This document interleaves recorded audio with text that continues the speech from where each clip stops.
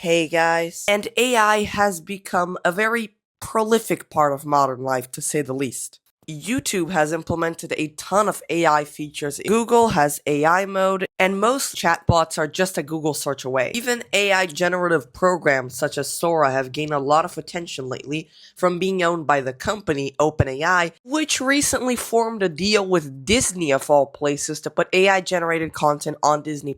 You know who else Disney has deals with? Lego. So that brings us back to topic. AI is also a huge problem in the LEGO community at large. We are getting more and more possibly AI-generated leaks. There are channels who use AI to copy other people's voices, and the LEGO company is actually dabbling in AI. They recently put up an AI-related internship, and they've used AI to make pictures on a Ninjago quiz. In a 15th anniversary Ninjago video, it appears that they've used AI to transition between different shots. Believe it or not, this is not what we're here to talk about today. Because many people going on one of those AI generating platforms that I mentioned a while ago, then they properly prompt the AI to generate a Lego set or a movie script or like literally anything at this point. But motion picture generation is not the only thing that AI can do. Recently, you guys may have seen that I am making a series on Ninjago's 15th anniversary about a custom Ninjago story that I made myself. And I'm currently designing the sets that I'm gonna put in those videos in the coming months. So yeah, like, subscribe, and stay tuned if you want to see them. Except there's one problem.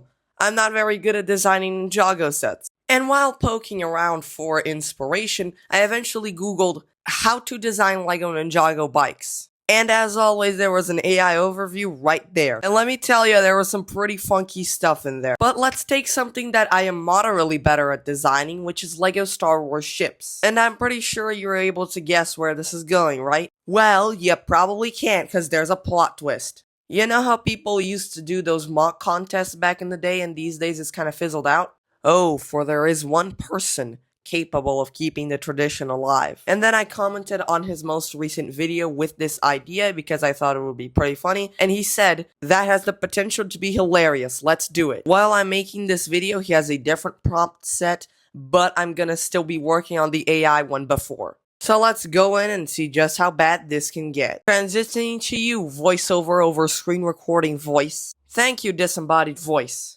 Anyway, here we go over to Google, and we Google how to design custom Lego Star Wars ships. Scroll down a bit, and there you go, AI overview.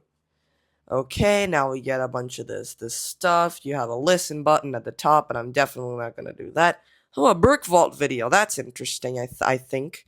And then we just have a bunch of random stuff, a Beyond the Brick video that's shown twice for some reason, and an Andor bot. Whoopsie. I meant to say Andor MOC.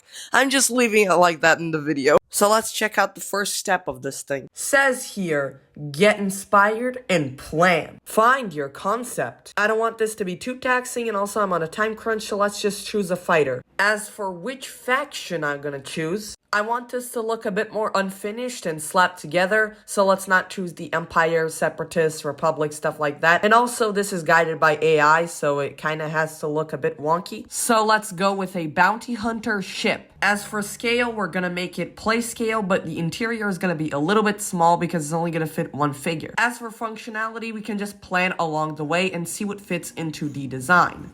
And since we are guided by AI, let's just make the play features really interrupt the look of the set. Now that we're ready, it's up to you, embodied voice. Thank you, disembodied voice. I am embodied voice. And I'm gonna teach you how to make a bounty hunter minifigure for this AI-generated Lego set. To do that, we must follow the core principles of AI. Unoriginal and uncreative. We will pick out something AI would probably describe as popular Lego Star Wars minifigures. Let's begin.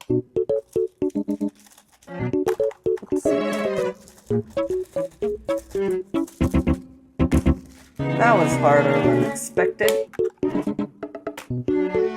Now we remove this thing.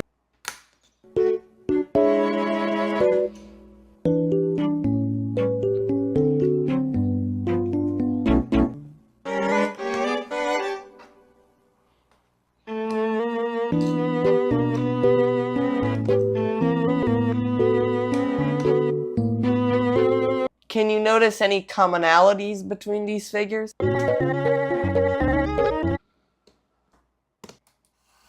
There it is. It would appear they're all clones. They all got the same face. But if we want to be as uncreative and unoriginal as possible, we gotta pull our parts from the known fountain.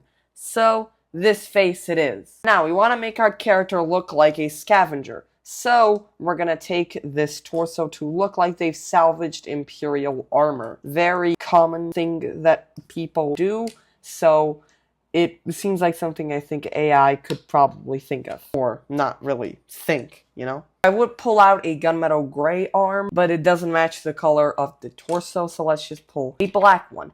And let's also take a red one. I would do the dual molded one, but again, this guy doesn't really have to stand out much from the crowd. We're also going to give him a pretty unremarkable backpack build that AI could probably come up with. Well, now he doesn't even fit on the stand, so we gotta find legs to give him fast. Then after much thought and consideration, which really just consisted of pulling a random pair of legs out of my bin, we still need a piece of headgear. Let's just give him a pretty random rebel pilot helmet, and he also doesn't have a visor, so we can make him as random and unorganized as possible. Now let's just give him some sort of weapon that AI could probably tell you to use. Now let's give him a ship to pilot.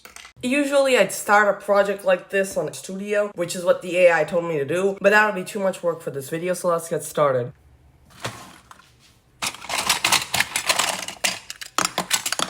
Let's first decide the windshield. The AI told me to build in modules, which means that the cockpit and wings and the engines and the cargo bay are all gonna be separate, and then we're gonna attach them later. Don't quite know how that works, but I guess we'll roll with it. And basically, to sell the AI look, we're gonna have the windshield not even be like a windshield. It's gonna be behind the minifigure and not able to close all the way. No. No. No. Maybe the bubbly one. Let's go with the bubble. One more thing we're going to do, that we're going to give it a bunch of stud shooters all over the build. And some of the stud shooters aren't even going to have studs in them. You gotta put in as many play features as possible, am I right? So basically the audio kind of broke, so I'm going to have to record this all over again. Here's a little taste of what happened for you to see how bad it was.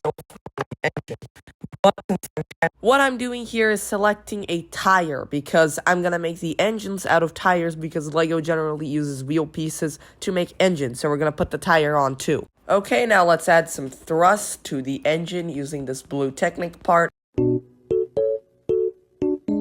we go.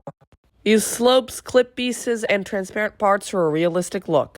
So here's the finished cockpit. Well, I incorporated clips, slopes, and transparent pieces. But I also implemented a ton of green because that's my favorite color, so it has to be here. We have a ramp that totally leads up into the interior. I placed a tire at the bottom, except the wheel actually goes below the tire, which means that the tire doesn't even touch the ground. So the tire here that is generally used to stabilize sets quite literally means nothing. So you always want to add storytelling to your MOCs, and the story here is that the AI basically just forgot to generate the rest of the back here of the cockpit, so it ended up just making a jumbled mess with a clip for a weapon that doesn't actually store the weapon. The backrest is also way down in there.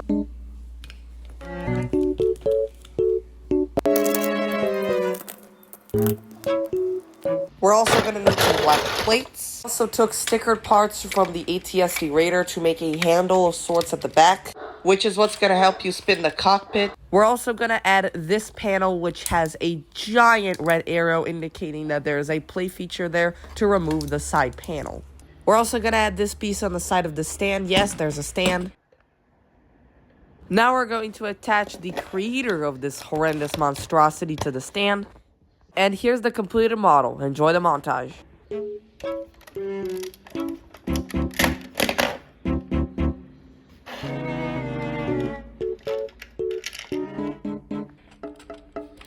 Those rounded pieces are the landing gear.